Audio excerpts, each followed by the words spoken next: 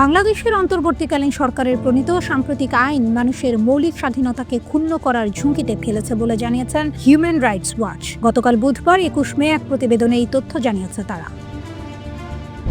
প্রতিবেদনে বলা হয়েছে, গত ১২ মে সন্ত্রাস বিরোধী আইনের একটি কঠোর সংশোধনীর আওতায় নতুন প্রবর্তিত ক্ষমতা ব্যবহার করে আওয়ামী লীগের ওপর অস্থায়ী নিষেধাজ্ঞা জারি করে। এই নিষেধাজ্ঞার মধ্যে রয়েছে সভা, প্রকাশনা এবং অনলাইনে দলটির সমর্থনে কথা বলা। একই সঙ্গে গুম মোকাবেলায় করা খসড়া আইন আন্তর্জাতিক মানদণ্ড পূরণ করে না এবং আগে ঘটে যাওয়া অপরাধের জবাবদিহিতা নিশ্চিতে যথেষ্ট নয়। এতে আরও বলা হয়, শেখ হাসিনা সরকার রাজনৈতিক বিরোধীদের দমন করতে আইনি ক্ষমতার অপব্যবহার করেছে, কিন্তু তার দল আওয়ামী লীগের সমর্থকদের বিরুদ্ধে একই পদ্ধতি ব্যবহার করাও সেই একই মৌলিক স্বাধীনতা লঙ্ঘন করবে। হিউম্যান রাইটস ওয়াচের deputy Asia director Meenakshi Ganguly বলেন, গুম সংক্রান্ত খসড়া আইনে হাসিনার শাসনামলে রাষ্ট্র কর্তৃক গুম হওয়া শত শত ভুক্তভোগী এবং তাদের পরিবারের জন্য ন্যায় বিচার নিশ্চিন্তে খুব কমই কাজ করে। অন্তর্বর্তী সরকারের সাম্প্রতিক পদক্ষেপ হতাশাজনক উল্লেখ করে HRW বলেছে, গত ১৫ বছরের শাসনামলে আওয়ামী লীগ নেতাদের বিচার হওয়ার আগ পর্যন্ত দলটির ওপর নিষেধাজ্ঞা থাকবে।